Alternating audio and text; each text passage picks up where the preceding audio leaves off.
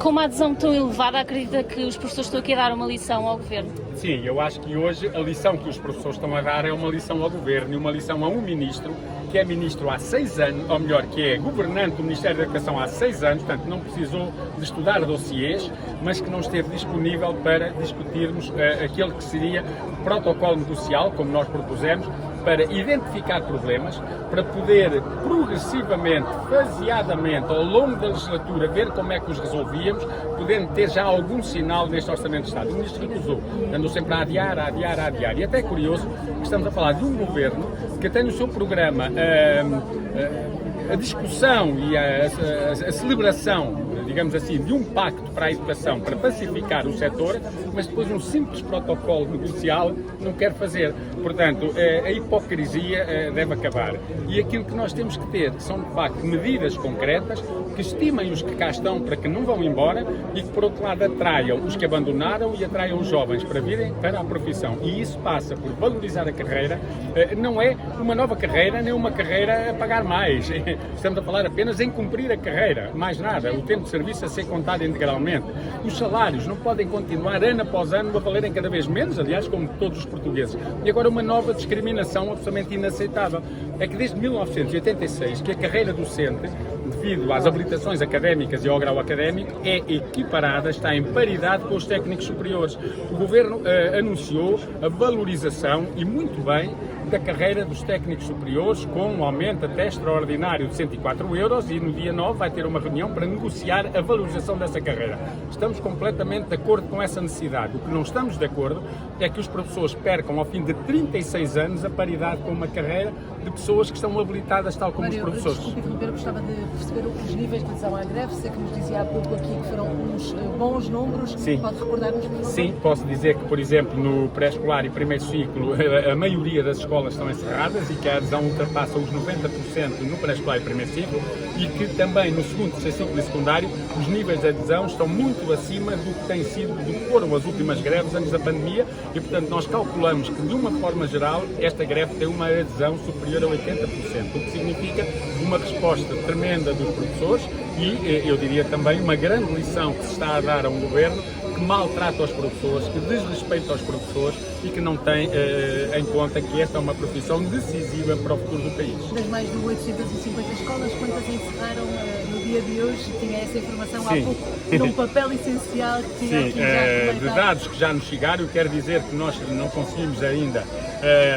obter dados de muitas escolas, porque as direções estão em greve, porque as escolas estão fechadas e não está lá ninguém, mas de onde nós conseguimos, os dados das primeiras 853 escolas que já temos, 378 estão sem aulas e, portanto, encerradas, 265 para além das que estão encerradas e, portanto, aí a greve há de ser 100%.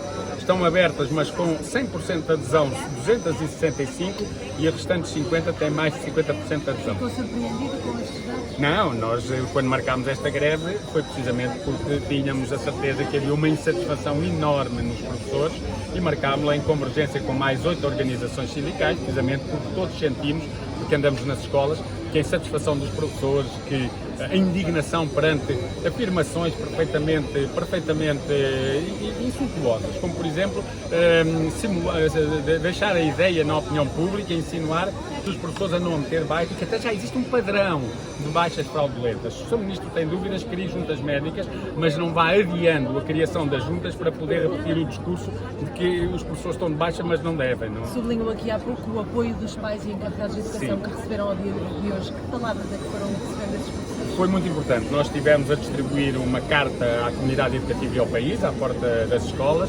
e a reação dos pais, que nós sabemos que às vezes tem a ver com, não há aulas, pronto, podia ser uma reação negativa, por contrário. Foi uma reação muito positiva, de grande compreensão e solidariedade, que aliás está registada na comunicação social, que há pouco ouvia nas televisões, onde foram entrevistados pais que depois tinham ou de encontrar solução com os avós ou de voltar a levar os filhos para casa, uma compreensão enorme de que os professores estão a ser maltratados, de que os professores estão a ser desrespeitados e que os professores têm todo o direito e devem até lutar pelos seus direitos. Isto para nós é tão importante como a adesão à greve, que é precisamente esta compreensão dos pais que deixa isolado o Ministro da Educação e o Governo. Que pergunta é que lhe fazia? Eu não lhe fazia nenhuma pergunta, apenas lhe dizia que o Sr. Ministro foi defender o indefensável. impensável. Aquilo que o Ministro hoje está ali a fazer é a defender o impensável. E impensável porquê? Porque ele vai defender um orçamento do Estado que corta 600 milhões na educação de 22 para 23. Claro que ele vai dizer, bom, porque nós passamos os funcionários para as câmaras, mas os funcionários já passaram em abril. E, portanto, nós o que temos é um dado, que é um dado concreto, que é um dado da OCDE, do relatório anual da OCDE, que saiu há semanas, onde se refere que Portugal está a cerca de 2 mil milhões de euros da verba que é despendida pela média, a média da verba despendida pelos 36 países da OCDE em educação. Nós estamos a 2 mil milhões de atingir a média. Então, como é que se pode justificar, seja de que forma for, que se cortam 600 milhões? Isto significa uma coisa muito simples. Se há um corte na educação, dá uma quebra no investimento. Perante isso, nós vamos ter os velhos problemas a arrastarem-se e a agravarem-se e vamos ter novos problemas a surgirem, que aliás já vão surgindo na falta de recursos, por exemplo, na educação inclusiva e em outras respostas que as escolas não conseguem dar. Nogueira disse que os números da adesão a esta greve passam uma forte mensagem ao Governo, ignorando o Governo nessa mensagem. Que mensagem, por seu lado, é que o Governo passa para os portugueses? Bom, se o Governo ignorar esta mensagem e não estiver disposto a sentar-se à mesa para discutir a resolução dos problemas dos professores, passa para os portugueses que o desrespeito que vem nutrindo pelos professores é um desrespeito que também tem pelos portugueses e pelas portuguesas e sobretudo pelas famílias que têm filhos nas escolas.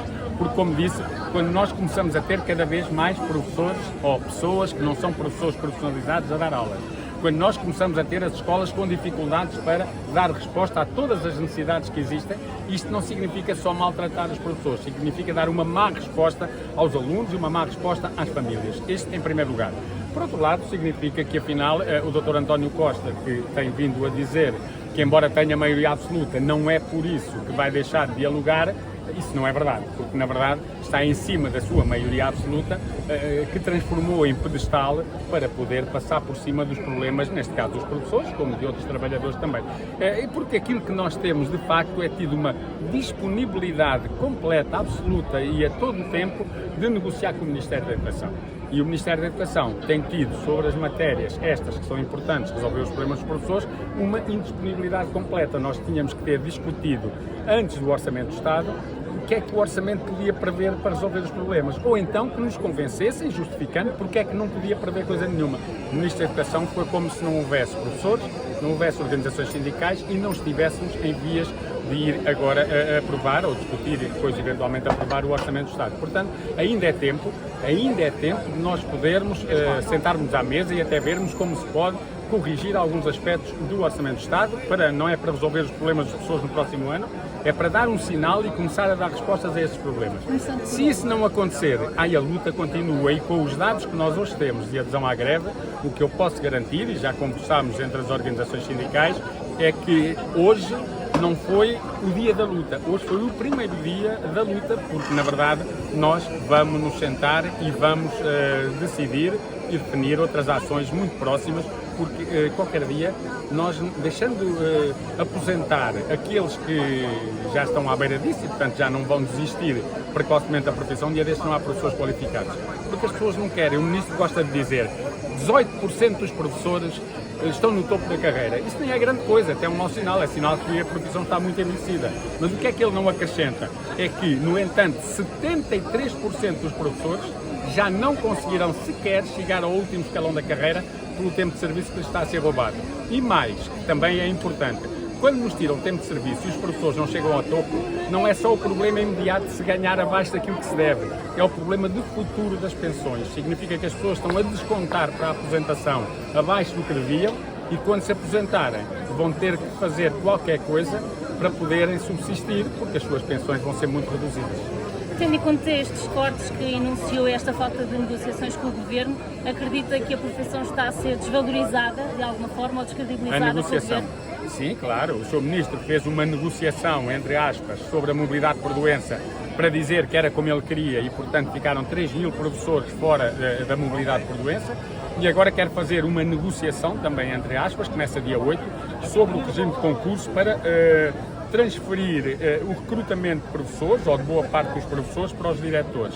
Nós percebemos que isso não é nem para haver mais professores, porque não vão surgir mais professores por isso, nem é para acelerar as colocações, é para ter um grupo profissional, se calhar, que num dia de greve corta-se 2 vezes ou pensa 3 vezes antes de fazer greve, para que o diretor não fique aborrecido. E nós sabemos as pressões que alguns diretores, mesmo já hoje, fizeram sobre os professores. E, portanto, nós percebemos que é que o Ministro quer fazer esta transparência no recrutamento, mas também por isso os professores não estão nada para aí virados, e posso dizer que no dia 8, na primeira reunião deste processo de revisão dos concursos, entregaremos um abaixo-assinado que já conta com milhares e milhares de assinaturas de professores contra esse procedimento.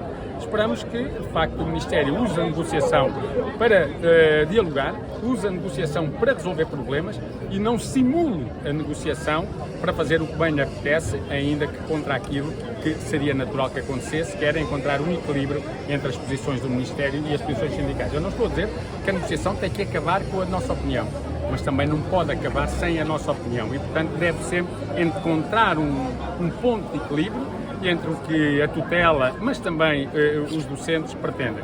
Só que para isso é preciso discutir, dialogar, negociar e depois então tomar medidas. Isso não está a acontecer.